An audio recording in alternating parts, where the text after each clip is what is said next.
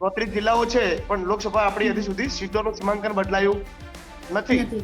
એટલે ક્યાંક ને ક્યાંક આવનાર સમયની અંદર હજી સીમાંકન બદલાય તો રાજકીય રીતે ફાયદા થઈ શકે છે. ક્યાંક ને ક્યાંક નુકસાન તો ક્યાંક નફો થશે. ભાજપ કે કોંગ્રેસના ભૂતકાળમાં કોંગ્રેસની સરકાર હતી તો કોંગ્રેસ એવું કરતી હતી. આ વખતે ભાજપની સરકાર છે ગુજરાતમાં, તો કદાચ ભાજપના આગેવાનો અને એમનું સરકારી તંત્ર 100% ભાજપ સમર્પિત જિલ્લા પંચાયત બને એ માટેના પ્રયત્નો કરશે. નમસ્કાર, આપ જોઈ રહ્યા છો ગુજરાત તક અને આપની સાથે હું છું સૌમ્યા. વધુ ગામડા ધરાવતા બનાસના 2 કાંઠા થઈ ગયા છે અને વાવ-થરાદ નવો જિલ્લો છે એ જાહેર કરવામાં આવ્યો છે. હવે ગુજરાતમાં 34 જિલ્લાઓ છે એ થઈ ગયા છે અને નવી 9 મહાનગરપાલિકા છે તેની રચના થઈ ચૂકી છે. આ સમગ્ર મુદ્દા પર વાતચીત કરવા માટે અત્યારે આપણી સાથે ઉપસ્થિત છે વરિષ્ઠ પત્રકાર અમરાજી ભાઈ. સ્વાગત છે આપનું ગુજરાત તક પર. Thank you. બનાસકાંઠાનું વિભાજન થયું છે 2 અને ગુજરાતને મળ્યો છે નવો જિલ્લો. શું લાગે છે આવનારા દિવસોમાં રાજનૈતિક દ્રષ્ટિએ આ સમીકરણો શું સેટ કરવામાં આવ્યા છે? શું ફાયદો થશે ગુજરાતને? જી ચોક્કસ જણાવી દઉં આપણા ગુજરાત તકના દર્શકોને. નમસ્કાર. જિલ્લાનું વિભાજન થયું છે એટલે સૌ પ્રથમ તો કહી શકાય કે સમગ્ર ગુજરાતનો એક જ જિલ્લો નવો જાહેર થયો છે. એટલે બનાસકાંઠા જિલ્લાનું ભાજપનું શિસ્ત નેતૃત્વ કે એમનું એટલું મજબૂતાઈ હશે કે સમગ્ર ગુજરાતમાં એક જ જિલ્લો બનાસકાંઠા જિલ્લાનું વિભાજન કરીને થરાદ વાવ જિલ્લો એ લોકોએ સિદ્ધાંતિક મંજૂરી આપી છે. તો ગઈકાલથી અત્યાર સુધીના ક્યાંક વિરુદ્ધના સૂર પણ ઉઠી રહ્યા છે. ધાનેરા હોય, કાંકરેજ હોય, દિયોદરમાં પણ અત્યારે વિરુદ્ધ લોકોએ દર્શાવ્યો છે. પણ મારી દ્રષ્ટિએ કે જિલ્લાનું વિભાજન થયું એમાં વાવ થરાદના સુઈગામ છે, દિયોદર છે, ધાનેરા છે, કોંકરેજને ઘણું બધું દૂર થાય છે અને કોંકરેજને થરાદની અંદર મૂકવામાં આવે તો એ લોકોને કાંકરેજના લોકોને ઘણી બધી અગવડો પણ પડે, કારણ કે તેને ત્યાંથી પાછું દિયોદર ને દિયોદરથી જેતડા અને જેતડા થરાદ આવવું પડે છે. અને રાજકીય રીતે તો ઘણો બધો આવનાર સમયની અંદર ભારતીય જનતા પાર્ટીને ફાયદો થશે. ગત લોકસભાની ચૂંટણીમાં આડકતરી રીતે ક્યાંક ને ક્યાંક ભારતીય જનતા પાર્ટીના આગેવાનોએ જિલ્લો જાહેર થશે એવી થરાદની જનતાને ક્યાંક આડકતરી રીતે વચનો પણ આપ્યા હતા આચારસંહિતા હોવા છતાં. ચોક્કસપણે કહી શકું છું કે ક્યાંક ગભી ખુશી હે ગભી ગમ હેના નારા હાલ તો બનાસકાંઠા જિલ્લામાં થરાદ વાવ જિલ્લો અલગ કરવાથી ક્યાંક ને ક્યાંક વિરુદ્ધના સૂર પણ ઉઠી રહ્યા છે. પણ એકાંતરે મારું માનવા મુજબ જો રાજકીય રીતે વિચારતા હોય અને લોકોનું હિત વિચારતા હોય તો બેન જુઓ કે નડાબેટ થી કરી અને પાલનપુરનું અંતર લગભગ 135 કિલોમીટર જેટલું થાય છે. હવે નડાબેટ થી નીકળેલો ખેડૂત જિલ્લા કક્ષાએ કઈ નાના મોટું કામ હોય તો એને પહોંચતા અત્યારે લગભગ 12 કે 1 વાગી જતો હોય છે અને પાછા રિટર્ન આવતા સોજે લગભગ 7-8 વાગી જતા હોય છે. એટલે એકંદરે જે કંઈ વિભાજન થયું છે એમાં મારા માનવા મુજબ રાજકીય ક્ષેત્રે 100% ફાયદો થશે જ આવનાર સમયની અંદર. બીજી વાત કે અત્યારે ગુજરાતના 34 જિલ્લાઓ થયા છે. અગાઉ પણ જિલ્લાઓ જાહેર કર્યા હતા, પણ લોકસભા તો આપણી 26 જ રહી છે. 34 જિલ્લાઓ છે, પણ લોકસભા આપણી હજી સુધી સીટોનું સીમાંકન બદલાયું નથી. એટલે ક્યાંક ને ક્યાંક આવનાર સમયની અંદર હજી સીમાંકન બદલાય તો રાજકીય રીતે ફાયદા થઈ શકે છે. પણ મારા માનવા મુજબ અત્યારે આવનાર વિધાનસભાની ચૂંટણીઓમાં ક્યાંક ને ક્યાંક નુકસાન તો ક્યાંક નફો થશે એ ચોક્કસપણે આપણને દેખાઈ આવે છે. જી ઓકે. સ્પેશિયલી અહીં મને છે ને ચૌધરી સમાજ અને ઠાકોર સમાજનું ગણિત પણ આપના પાસેથી સમજવું છે કે હવે આવનારા દિવસોમાં પંચાયતોની પણ ચૂંટણી આવશે, તો એ ચૂંટણી દરમિયાન શું આ જે સમીકરણો સેટ કરવામાં આવ્યા છે એનો ફાયદો કોઈ એક પાર્ટીને થઈ શકે છે એવું લાગે છે? જો ચોક્કસપણે કહું, લગભગ મારા માનવા મુજબ વર્ષોથી કોંગ્રેસનું શાસન જિલ્લામાં રહ્યું છે, જિલ્લા પંચાયતનું. અને ક્યાંક તાલુકી કે ગઢવીથી કરીને અત્યાર સુધી ક્યાં મારા માનવા મુજબ કોંગ્રેસનું શાસન જિલ્લા પંચાયતમાં રહ્યું છે. અને જિલ્લા પંચાયતની જે તે વખતે ઉપર સરકાર કોંગ્રેસની હતી ત્યારે એ લોકો એ રીતે આખું સંકલન કરેલું છે ગામડાઓના કે ભાઈ કયા ગામડાની અંદર આપણે એ ટાઈપની સીટની રચના કરીએ તો આપણી જિલ્લા પંચાયતમાં સૌથી વધુ સીટો આવે અને આપણી જિલ્લા પંચાયતમાં સરકાર બેસે, એટલે કે આપણે જિલ્લા પંચાયતમાં કોંગ્રેસ પક્ષના પ્રમુખ બેસે એમ. તો એ રીતે હું તમને મારે પોતાના થરાદની વાત કરું તો થરાદ તાલુકા પંચાયતની એ રીતની રચના કરેલી છે કે ભાઈ વર્ષોથી હજી સુધી કોંગ્રેસની સત્તા તાલુકા પંચાયતમાં નથી આવી. કારણ કે એ લોકોએ એ રીતે રચના કરી હોય કે ભાઈ ભાજપના સમર્પિત ગામડા કયા છે તેઓ આપણે તાલુકા પંચાયતની સીટની રચના કરી દઈએ એટલે તેઓ આપણી સીટમાં વધારે સીટો આવે એમ. એટલે ચોક્કસપણે ક્યાંક ને ક્યાંક તમે જે વાત કરી એ રીતે હજી સીમાંકન બદલાયું છે, હજી સીટની રચનાઓ થશે. સીટની રચનાઓ થશે એટલે ચોક્કસપણે આપણે કહી શકીએ કે ભાઈ એ રીતે એ લોકો ભાજપનું અત્યારે માળખું છે, સરકારી તંત્ર પણ ભાજપનું છે, તો એ રીતે એ લોકો રચના કરે જિલ્લા પંચાયતની અને એ રીતે ગામડા લેવામાં આવે કે ભાઈ સૌથી વધારે ભાજપ સમર્પિત ગામડાઓ કયા છે એ 15 ગામડાની એક જિલ્લા પંચાયતની સીટ બનાવો, આ તો આપણી 100% ભાજપની સીટ જીતી શકે. એટલે ચોક્કસપણે એ લોકો ભાજપ કે કોંગ્રેસના ભૂતકાળમાં કોંગ્રેસની સરકાર હતી તો કોંગ્રેસ એવું કરતી હતી, આ વખતે ભાજપની સરકાર છે ગુજરાતમાં તો કદાચ ભાજપના આગેવાનો અને એમનું સરકારી તંત્ર 100% ભાજપ સમર્પિત જિલ્લા પંચાયત બને એ માટેના પ્રયત્નો કરશે. બિલકુલ, એટલે ફાઇટ આ વખતે પણ ટફ રહેવાની છે. પરંતુ અહીં વાવ ને થરાદની ખાસ મારે વાત કરવી છે. ત્યાં અત્યારે તો ખુશીની લહેર જોવા મળી રહી છે કારણ કે સુઈગામનું જે પણ ત્યાં રહેવાસી હોય એને છેક પાલનપુર સુધી આવવું પડતું, એને ખૂબ જ આગવું પડતું, એટલે એના માટે તો હવે ખૂબ સારું થઈ ગયું છે. પરંતુ હવે જે નવી નગરપાલિકાની પણ રચના થઈ છે એનાથી જનતાના કામ તો ચોક્કસપણે આસાન તો થશે, પરંતુ શું સાચા અર્થમાં જનતાનો વિકાસ ત્યાં ખાસ અંતરિયાળ પટ્ટા પર અને ગામડાઓ બોર્ડરવાળા જે પટ્ટા ઉપર થશે ખરી એવું આપને લાગે છે? હજી વાવ તાલુકાના અને સોઈગામ તાલુકાના એટલા ઘણા બધા ગામડાઓ છે બેન કે ત્યાં હજી વીજળી નથી પહોંચી, ત્યાં પીવાનું પાણી નથી પહોંચ્યું. અને વીજળી છે, પીવાનું પાણી છે, આ ઘણી બધી જિલ્લા પંચાયતની અંદર સંકલન સમિતિની અંદર ચર્ચાઓ થતી હોય છે અને પ્રશ્નો ઉઠતા હોય છે અને એ પ્રશ્નો થકી જ જિલ્લા પંચાયતમાંથી એનું સોલ્યુશન થતું હોય છે. એટલે ચોક્કસપણે કહી શકું છું કે અંતિયાર વિસ્તાર છે, આ બોર્ડરને અડીને આવેલો વિસ્તાર છે, એ વિસ્તારની અંદર ચોક્કસપણે વિકાસ થશે. અને વિકાસ થવાનું કારણ કે નજીક જિલ્લા પંચાયત હોય તો કોઈ પણ વ્યક્તિ આગેવાન હોય કે અરજદાર પોતે પોતાની કચેરીમાં જઈને રજૂઆત કરી શકે છે. પણ જિલ્લાનું અંતર દૂર હોય તો ગરીબ વ્યક્તિ છે એને રજૂઆત કરવા માટે જવું હોય તો 100 કે 120 કિલોમીટર જવા માટે એમની જોડે ઘણી બધી અગવડો પડતી હોય છે. જી બિલકુલ. અહીં એક જે નિવેદન છે ગેનીબેન ઠાકોરનું ગઈકાલે સામે આવ્યું હતું, એ નારાજ નજર આવ્યા કે આ એક તરફી નિર્ણય હોય એવું લાગી રહ્યું છે. લાગે છે આ નારાજગીની અસર આવનારા દિવસોમાં ક્યાંક જોવા મળશે પંચાયતની ચૂંટણી સમયે કે કઈ એવી રીતે? જો બેન, જ્ઞાનીબેન બનાસકાંઠા જિલ્લાના સાંસદ છે. જ્ઞાનીબેન ના સાથી મિત્ર ગુલાબસિંહ રાજપૂત કોંગ્રેસે પણ થરાદ જિલ્લો જાહેર થાય એના માટેના અનેક આવેદનો પત્ર આપ્યા છે. એ લોકો અનશન પર પણ બેઠા છે. પણ ક્યાંક રાજકીય રીતે જ્ઞાનીબેને જે કઈ વિરોધ કર્યો એ હું એમનો વિષય છે. બાકી જ્ઞાનીબેને પણ ઘણી વખત રજૂઆતો કરી છે કે ભાઈ જિલ્લો જાહેર કરવામાં આવે થરાદ કેવા જે કઈ કરો તે, અને જિલ્લાનું નામ પણ જો સરસ નામ આપ્યું છે. જ્ઞાનીબેન જે કઈ હોમ ગ્રાઉન્ડમાં રહે છે, જ્ઞાનીબેન જે નિવાસસ્થાન છે એ પોતે આવે છે, વાવ વિધાનસભામાંથી આવે છે અને વાવ અને થરાદ બંને જિલ્લાનું નામ આપ્યું છે. એટલે જ્ઞાનીબેન જે કઈ વિરોધ કરતા હોય, ક્યાંક પોતાને જે કઈ મન દુઃખ હોય અને રાજકીય રીતે પોતે વાત કરી છે કે ભાઈ લોકોને વિશ્વાસમાં લેવા જોઈએ. અને એક વખત સરપંચોએ રજૂઆત કરી છે, લેટર પેડ ઉપર પણ રજૂઆતો કરી છે કે ભાઈ જિલ્લો જાહેર કરવામાં આવે. અને કોંગ્રેસ અને ભાજપ બંને આગેવાનો રજૂઆત કરી છે. એવું નથી કે ભાજપે રજૂઆત કરી હોય, ભૂતકાળમાં કોંગ્રેસે આવેદનપત્ર પણ આપ્યા છે થરાદની અંદર કે ભાઈ જિલ્લો જાહેર કરો એના માટે.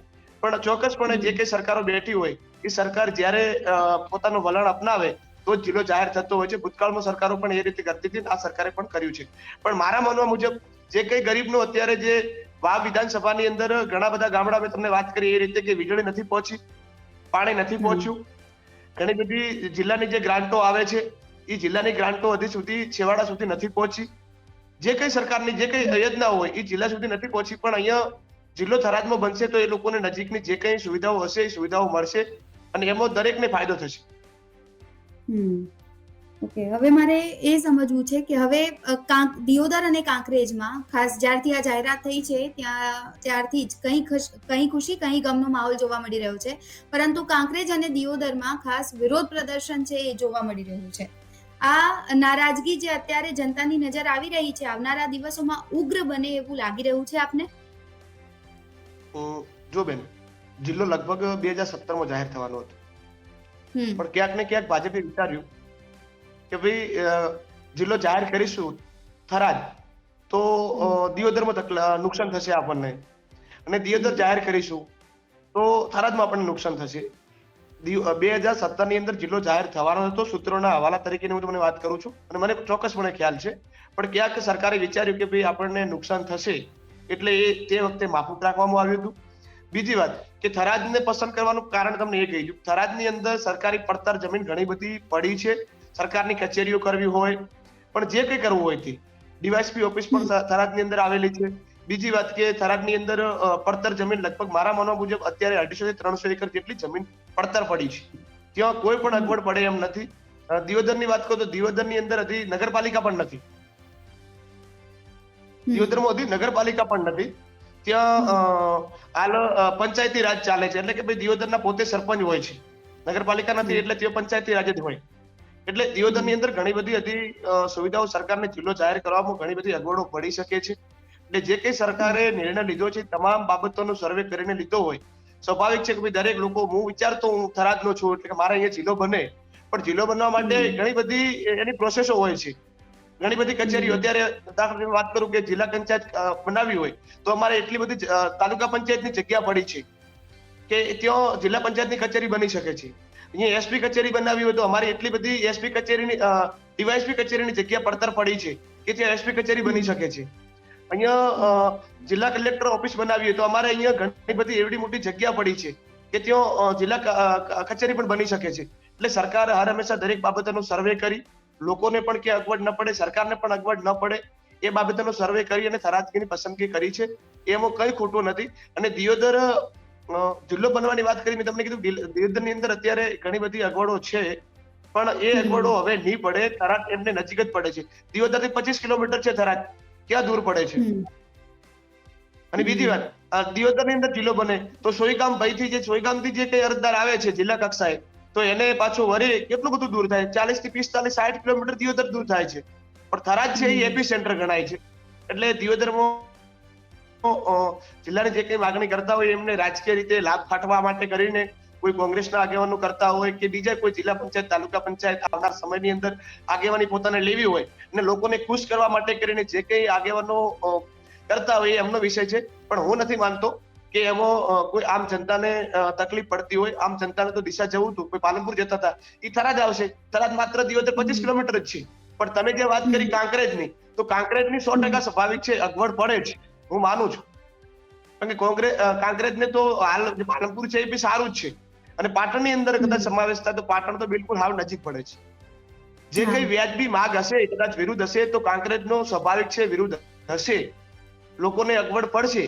પણ ધાનેરા છે, દિયોદર છે, આમને કોઈ અગવડ પડતી નથી બેન. મારા માનવા મુજબ પત્રકાર તરીકે હું વાત કરું છું કે એમને કોઈ અગવડ પડતી નથી. પણ રાજકીય રીતે ક્યાંક ને ક્યાંક લોકો પોતાના તરફી લોકો ડાયવર્ટ થાય અને આવનાર સ્થાનિક ચૂંટણીઓની અંદર જિલ્લા પંચાયત, તાલુકા પંચાયતનો લાભ પોતાને મળે એના માટે લઈને ક્યાંક આગેવાની લઈને લોકો કરતા હોય તો એમને મુબારક છે. બાકી હું નથી માનતો કે જનતાને કે તકલીફ પડતી હોય. અચ્છા, મને બીજો સવાલ એ પણ પૂછવો છે કે આપને લાગે છે કે શંકર ચૌધરીની પણ મેઇન ભૂમિકા આમાં હોઈ શકે છે, કારણ કે અત્યારે જ બાયપોલ્સ પત્યા છે અને ત્યારબાદ આ જાહેરાત કરવામાં આવી, તો કંઈક અસર થઈ હશે, કાં તો વિચાર વિમર્શ છે એમના પાસેથી પણ કરવામાં આવ્યું હશે, એવું લાગી રહ્યું છે કે મેઇન ભૂમિકામાં. ચોક્કસપણે બેન, શંકરભાઈ એના વિધાનસભાના અધ્યક્ષ, ગુજરાતના થરાદના ધારાસભ્ય છે. મેં મારી પોતાની વાત કરી કે હું પત્રકાર છું, છતાં હું એવું વિચારું મારા થરાદમાં જિલ્લો બને. આપ પણ કદાચ જે વિસ્તારના છો તેઓ ત્યાં વિકાસ થાય એવું વિચારતા હો, દરેક લોકો વિચારે એવું, પત્રકારથી કરી દરેક લોકો. શંકરભાઈ ચોક્કસપણે થોડા સમય પહેલા જ બોલ્યા હતા કે ભાઈ જિલ્લો બનશે, એના માટેનો હું પ્રયત્ન કરી રહ્યો છું.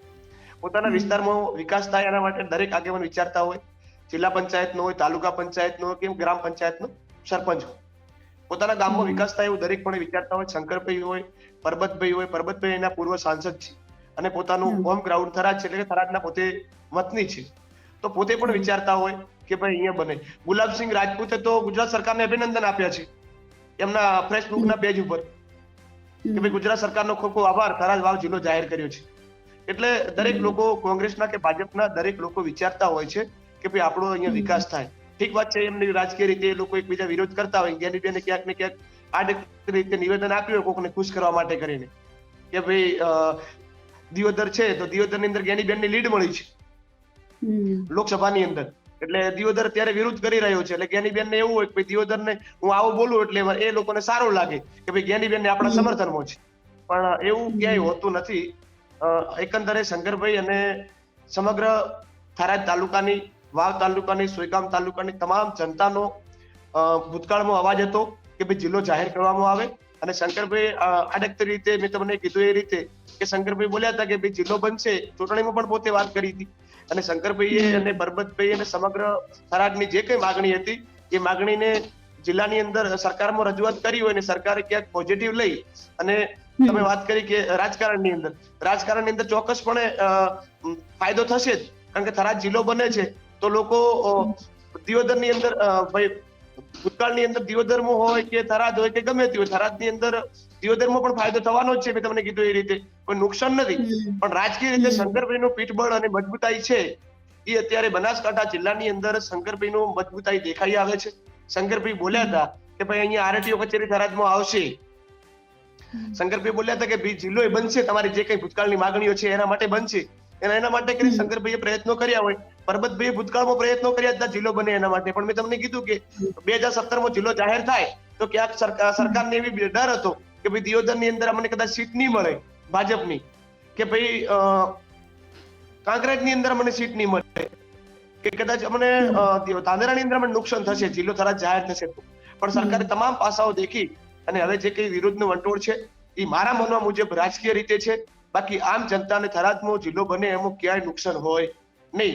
બેન આપ પણ વિચારો કે દિયોદર થી પાલનપુર 60 કિલોમીટર થાય છે, થરાદ માત્ર 25 કિલોમીટર દૂર થાય છે. જે કઈ છે એ રાજકીય વિરોધ છે. એક કદાચ વિરોધ કરતા હોય તો માત્ર કાંકરેજનો વિરોધ વ્યાજબી છે અને એ લોકો વિરોધ કરતા હોય એ એમનો વિષય છે. પણ એમનો જે કઈ વિરોધ છે એ વ્યાજબી છે કે ભાઈ અમને કે તો પાલનપુરમાં રાખો અથવા પાટણની અંદર મૂકો. કારણ કે એ લોકોને ઘણી બધી અગવડ પડે છે તો એ લોકો વિરોધ કરતા હોય. બાકીના જે કઈ વિરોધ છે એ વિરોધ માત્ર ને માત્ર રાજકીય રીતે વિરોધ થઈ રહ્યો છે. એમાં કોઈ આમ જનતાને કે એમાં કોઈ ફાયદો નથી. રાજકીય રીતે આવનાર ચૂંટણીની અંદર ફાયદો થાય એના માટે કરીને આગેવાની લઈ અને વિરોધ કરતા હોય છે. જી મેડમ. ઘણા જાતિગત સમીકરણ છે એ પણ બદલાઈ શકે છે એવી વાતો પણ છે. કારણ કે બનાસકાંઠા જિલ્લામાં થોડા ઘણા મત ધરાવતો પાટીદાર સમાજ છે એ લોકો વાવ થરાદ વિસ્તારમાં નહિવત પ્રમાણમાં છે અપ્રોક્સ. અને બીજી તરફ નવા જિલ્લામાં ચૌધરી સમાજ અને ઠાકોર સમાજની જે સૌથી વધારે બહુમતી છે. ત્યારે આ સીમાંકન બાદ હવે પાટીદાર સમાજ સહિત જે બીજા સમાજના લોકોનું વર્ચસ્વ છે એ વિભાજન બાદ બનાસકાંઠા જિલ્લામાં હવે વધી શકે છે. તો જિલ્લાના વિભાજનના કારણે જિલ્લાના રાજકારણમાં ગરમાવ પણ આ કારણોસર આવી શકે છે એવું લાગે છે આપને? જો બેન, સૌથી વધુ બનાસકાંઠા જિલ્લાની અંદર સૌથી વધુ ઠાકોર અને ચૌધરી સમાજનું પ્રભુત્વ રહ્યું છે. જે કઈ નિર્ણાયક મતો છે, બાકીના મતો છે એ બહુ ઓછા છે. પાટીદાર સમાજ મારા માનવા મુજબ કદાચ 20% હશે જિલ્લાની અંદર. સમગ્ર જિલ્લાનો ઓલ ઓવર કહું છું. બીજી વાત કે બનાસકાંઠા જિલ્લો અલગ થવાથી થરાદ તાલુકાની અંદર તો થરાદ જિલ્લાની અંદર પણ ચૌધરી સમાજનું વર્ચસ્વ રહેવાનું જ છે. કારણ કે ત્યાં પણ ચૌધરીઓનો દિયોદર છે તો ચૌધરી સમાજના વધુ મતો છે. કાંકરેજ છે તો ત્યાં પણ ચૌધરી સમાજના મતો છે. વાવ છે તો પણ ત્યાં ચૌધરી સમાજના લગભગ 30 થી 40 હજાર મતો છે. સોઈગામ છે તો ત્યાં પણ 20,000 જેવા મતો છે. પાપર છે તો ત્યાં પણ ક્યારે મતલબ મતો છે. ધાનેરાની અંદર ચૌધરી સમાજના મતો છે. કોઈ એવું પણ નથી કે ભાઈ જિલ્લાનું વધુ સમાજને મત બેંક વધુ થાય. પણ ઠાકોર સમાજ અને ચૌધરી સમાજ આ બંને સમાજો તો હર હંમેશા બંને સમાજોનું પ્રભુત્વ જિલ્લાની અંદર રહ્યું છે. અને નિર્ણાયક મતો છે એ ઠાકોર સમાજના રહ્યા છે. જે વધુ મતો જે સમાજની અંદર, કારણ કે ચૌધરી સમાજના ઉમેદવાર હોય સામે અને આ બાજુ ઠાકોર સમાજના ઉમેદવાર હોય તો જે કઈ મતો છે એ મતો હર હંમેશા ઠાકોર સમાજના નિર્ણાયક મતો રહ્યા છે. ચૌધરી સમાજના પણ નિર્ણાયક મતો રહ્યા છે. એટલે મારા માનવા મુજબ કે એમાં કોઈ જિલ્લાની અંદર અલગ થવાથી કોઈ લોબો ડિફરન્ટ રહેવાનો નથી. પણ તાલુકા કક્ષાએ, જિલ્લા કક્ષાની જે જિલ્લાની સીટો છે એ સીટોની અંદર ચોક્કસપણે મેં તમને કીધું એ રીતે કે જેની સરકાર હશે એ લોકો એવું વિચારીને આખું સંકલન કરશે કે ભાઈ 15 ગામડા લો, 15 ગામડાની અંદર સૌથી મતો કોના છે તો કે ભાઈ ભાજપને સમર્પિત લોકો છે. એ અહીંયા આપણી જિલ્લા પંચાયતની સીટની રચના કરો એટલે કોંગ્રેસ ત્યાં વળી જીતે જ ના. અને ભૂતકાળમાં કોંગ્રેસે પણ આવું જ કર્યું હતું બેન. અને બીજી વાત કે એ રીતે ફાયદો થઈ શકે. બાકી જિલ્લા પંચાયત જિલ્લો હજી અલગ બન્યો એના માટે સરકારે હજી કોઈ જિલ્લાની સીટની કોઈ રચનાઓ કરી નથી. અગાઉ પણ આપણે અત્યાર સુધીની પણ 26 ની જિલ્લાની રચનાઓ છે 34, એમાં માત્ર સાંસદની ચૂંટણી તો 26 ઉપર જ આપવામાં આવે છે, લોકસભાની તો. એટલે એ લોકોની હજી લોકસભાની ચૂંટણીની જ્યાં સુધી લોકસભા ન વધારે ત્યાં સુધી આપણને એમાં કોઈ ફાયદો થવાનો નથી. મારા મનો પ્રમાણે કોઈ લગભગ જનતાને કે રાજકારણને કોઈ ફાયદો થવાનો નથી. કારણ કે જ્યાં સુધી 34 લોકસભા ના આપે ત્યાં સુધી તો જિલ્લા ની સીટ તો એક જ રહેવાની છે, લોકસભાની સીટ. એટલે એમાં અત્યારે સુધી બેન કોઈ ફાયદો કે નફો કહી શકાય નહીં. પણ ચોક્કસપણે મેં તમને કીધું કે થરાદ ને વાવ ને સોઈગામ ને આ જે કઈ જિલ્લા તાલુકાઓ છે એ તાલુકાને ચોક્કસપણે જિલ્લો નજીક થવાથી તમામ જિલ્લા પંચાયતની જે કઈ ગ્રાન્ટો આવતી હોય એ તમામ ગ્રાન્ટોથી ગરીબ અને આમ જનતાને જે કઈ વિકાસ થવાનો હોય એ વિકાસની હરફાળમાં. અને હંમેશા હું તો એટલું કહું છું કે હજી બેન વારંવાર કહું છું કે વાવ તાલુકાનો સોઈ ગામડા એવા ગામડા છે કે ત્યાં હજી વીજળીનો તાર નથી લોક્યો દેખાય, વીજળીનો વાયર પણ નથી દેખ્યો બેન. વાયર કેવો હોય, અહીંયા પાણી પણ નથી પહોંચ્યું. હજી જે આદિવાસી એરિયાઓ છે, હું તમને કહું કે પાલનપુર જિલ્લો છે પણ હજી ઘણો બધો આદિવાસી દોતા છે, એ ગામની અંદર ઘણી બધી ગામડાઓ એવા છે કે એ ગામની અંદર વીજળી નથી પહોંચી, પાણી નથી પહોંચ્યું. એટલે બનાસકાંઠા જિલ્લાનું વિભાજન થયું છે, એમાં પાલનપુર જિલ્લામાં આવતા તાલુકાઓને પણ ફાયદો થવાનો જ છે. કારણ કે તાલુકા બેન ઘટ્યા, બંને તાલુકાઓનો જે કઈ ગ્રાન્ટ આવતી હતી, હું તમને એક કહું કે 1 કરોડની ગ્રાન્ટ આવતી હતી તો 1 કરોડની અંદર 14 તાલુકાઓ આવતા હતા. હવે 1 કરોડની ગ્રાન્ટ થરાદ તાલુકાને મળશે, થરાદ જિલ્લાને મળશે, 1 કરોડની ગ્રાન્ટ પાલનપુર તાલુકાને મળશે. તો એ પાલનપુર તાલુકાની અંદર જે કઈ ગ્રાન્ટ વપરાશે તો એની અંદર દાખલા તરીકે 8 તાલુકા હોય છે તો એ 8 તાલુકાની અંદર વિભાજન થઈને એ ગામડાને લાભ મળી શકશે. એટલે એકંદરે પાલનપુર જિલ્લાને અને થરાદ વાવ જિલ્લો જે અલગ કર્યો, આ બંને જિલ્લાઓને ફાયદો 100% થશે, આવનાર સમયની અંદર થશે. અને એ લોકોને વિચારવું જોઈએ કે ભાઈ જે કઈ આપણે વિભાજન થયું છે બંને જિલ્લાઓને ફાયદો છે. એમાં કોઈ થરાદ જિલ્લો બન્યો એટલે થરાદને ફાયદો થઈ ગયો કે પાલનપુરને નુકસાન થયું એવું પણ નથી. બંને જિલ્લાઓને ફાયદો થવાનો છે આવનાર સમયની અંદર. અને જે કઈ બેન વિરોધ ચાલી રહ્યો છે એ વિરોધ માત્ર ને માત્ર રાજકીય વિરોધ છે, કોઈ આમ જનતાનો વિરોધ નથી. પણ મેં તમને કીધું કે આવનાર જિલ્લા પંચાયત, તાલુકા પંચાયત એમને આગેવાની કરી જીતવી હોય અને એ રીતે લોકો વિરોધ કરી રહ્યા હોય તો એમનો વિષય છે. જી બેન. Okay, thank you so much. આપ અમારી સાથે જોડાયા અને આટલી રસપ્રદ માહિતી અમારા સાથે ને દર્શકો સાથે શેર કરી તે બદલ thank you so much. Thank you. તો હવે આવનારા દિવસોમાં કેટલા બદલાવ આવે છે, શું ચેન્જ આવે છે, જનતાનો કેટલો વિકાસ થાય છે એ જોવું ખૂબ જ રસપ્રદ રહેશે. આશા રાખીએ કે આ વિડીયો તમારા માટે ખૂબ જ હેલ્પફુલ સાબિત થાય, કારણ કે તમામ માહિતી અમારો પ્રયત્ન એ જ હતો કે તમારા સુધી પૂરી પાડીએ કે અત્યાર સુધી શું ચાલી રહ્યું હતું બનાસકાંઠામાં અને રાજનૈતિક દ્રષ્ટિએ આવનારા દિવસોમાં શું બદલાવ આવી શકે છે. તમામ વિગતો અમે આપના સુધી પહોંચાડવાનો એક પ્રયત્ન કર્યો છે. ત્યારે અત્યારે આ રિપોર્ટમાં બસ આટલું જ. ફરી મળીએ નવી ખબરો સાથે. ત્યાર સુધી આપ જોડાયેલા રહો ગુજરાત તક સાથે. યુટ્યુબ પર અમારી ચેનલ ગુજરાત તકને સબસ્ક્રાઇબ કરવાનું ન ભૂલતા, આ સાથે જ ઇન્સ્ટાગ્રામ અને ફેસબુકના પેજ પર ફોલો કરવાનું ન ભૂલતા. નમસ્કાર.